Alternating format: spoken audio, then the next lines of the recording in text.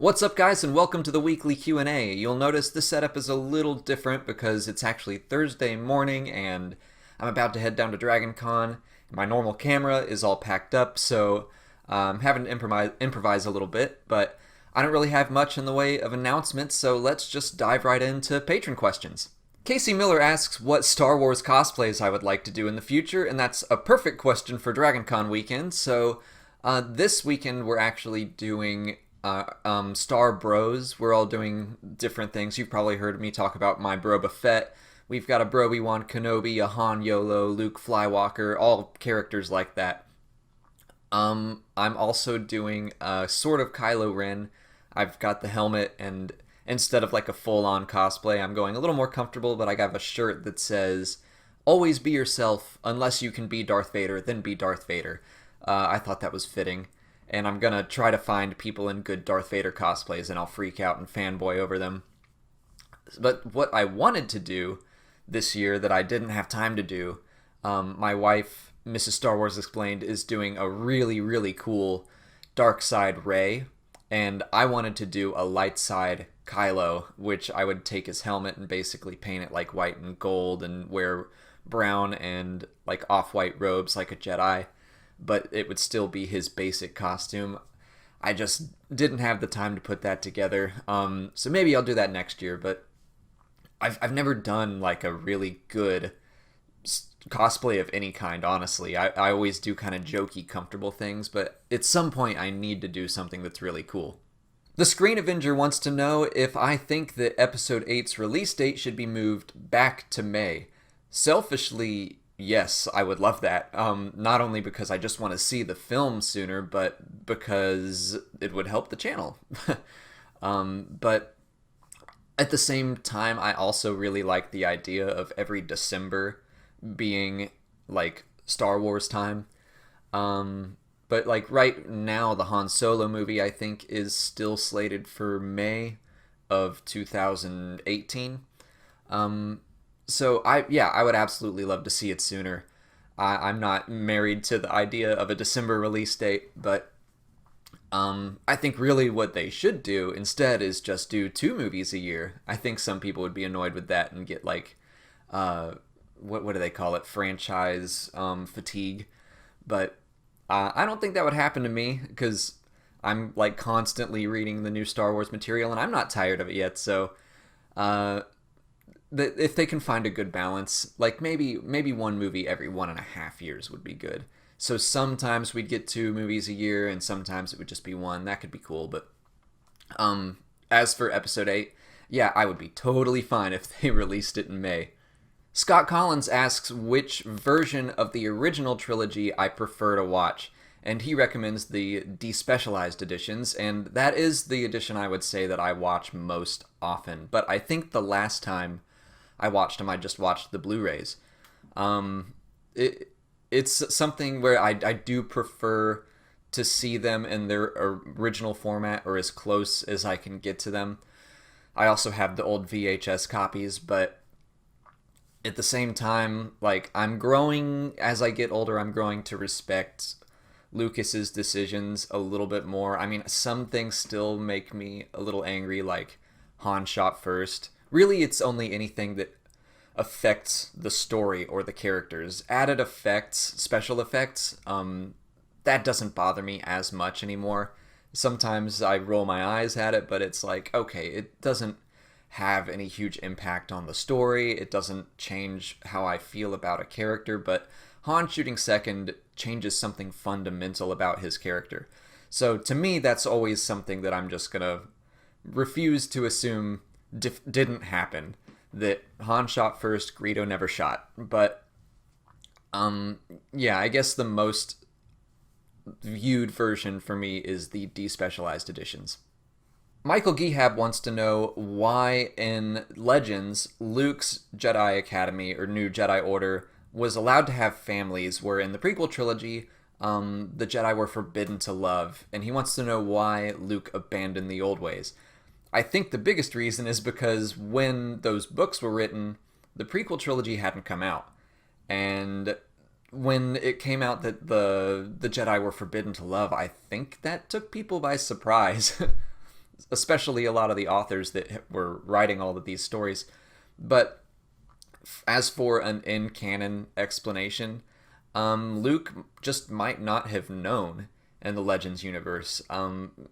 When he was putting this thing together, he was probably like, I want to have relationships. I mean, he fell in love with Mara Jade. He has a lot of love interests in Legends, although a lot of them tend to die, which is unfortunate. He's like a bad luck charm.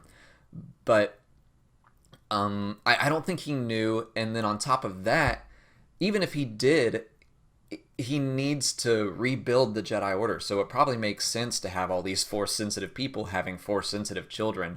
And maybe he just didn't care. And he saw that the Jedi Order was kind of fell off of their path as protectors of the galaxy. And they became generals instead. So maybe he was like, it's not so super important that we follow the old rules. I can make up my own new ones as long as the basic principles of the Jedi Order and the light side are kept in place.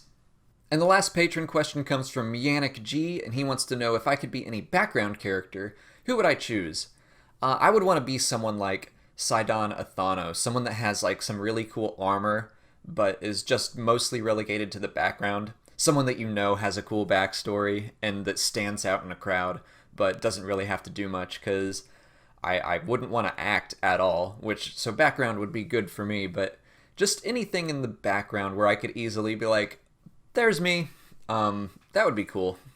So yeah, something like that. I can't really think, or maybe a bounty hunter, like on the Bridge of the Executor.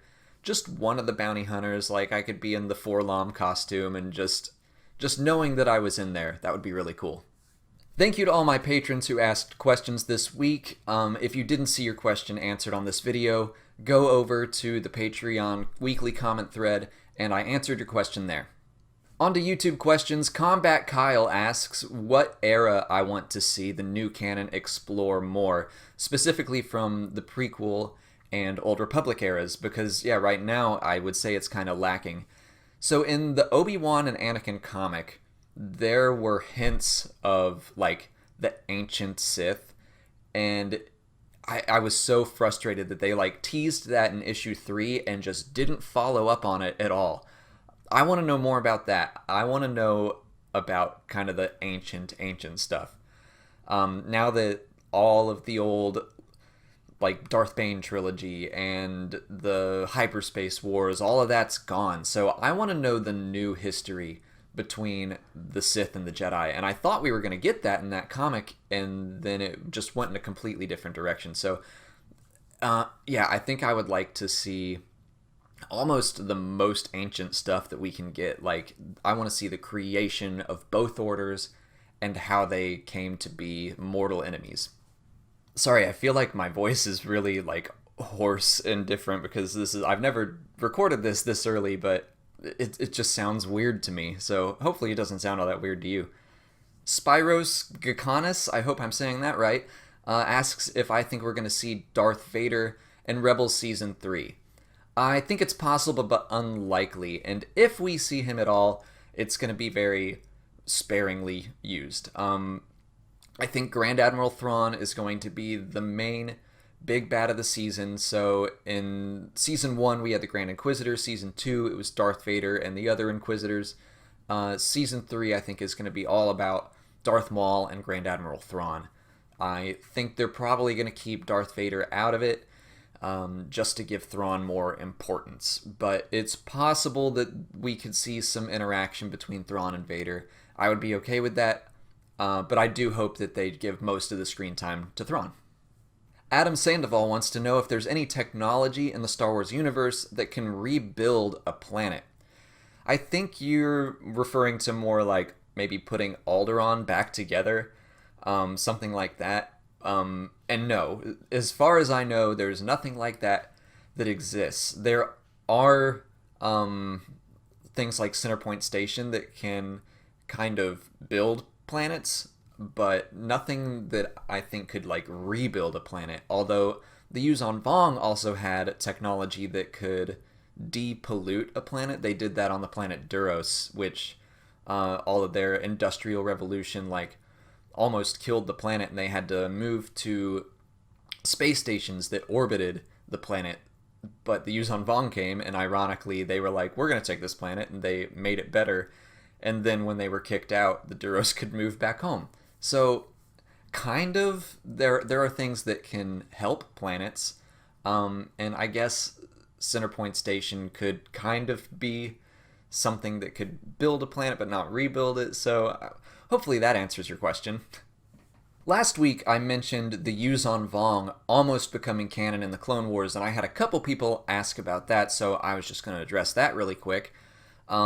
In a panel at Star Wars Celebration last year, at 2015, they kind of did like an untold stories from Clone Wars, and they went through Dave Filoni's sketchbooks of concept art, and like a lot of these arcs, we've seen them talk about, like especially this year with Ahsoka's Untold Stories, which I've covered, with the Sith Temple and Ahsoka's Walkabout, stuff like that. One of the arcs that they mentioned, or they didn't specifically say that this was an arc planned, but in Filoni's sketchbook were pictures of Yuuzhan Vong. So I do think that they were planning to do something, but they said that they didn't really get that far. So I guess they weren't like really, really close to becoming canon, but they were definitely on their minds. And I don't think that they were going to do the whole New Jedi Order storyline at some point. I think they were just going to kind of tease it, and some Jedi were going to run into like a Yuuzhan Vong scout, and they would drive them off, and that would be it. So it would just be like a nod to Legends that never really came to fruition. And finally, Sam F. asks what my favorite arc in Clone Wars was. I'm going to go with the end of Season 5, everything with Darth Maul and the Shadow Collective. When they announced that Darth Maul was coming back in Season 4, I think, I was not a fan of that. I've talked about this before, I think, pretty extensively, just that if Darth Maul comes back, that kind of opens up the doors for almost anyone coming back, because if he can survive what he went through, it's like, who can truly be dead, right? Almost anyone can come back. That said, Darth Maul's episodes were just so good, and really anything with Savage Press, I thought his story was fantastic, but his last episode in The Lawless, I think it was called, when he's killed by Sidious and like all of the dark side magic seeps out of him and he goes back to who he was before the Night Sisters made him into this monster. It's kind of heartbreaking and tragic because he was a good person. He was protecting his brother before he was like imbued with all these powers, and then he's turned into this just evil, monstrous force until the very end, and like he kind of becomes who he was as he's dying. I thought that was really deep and really upsetting.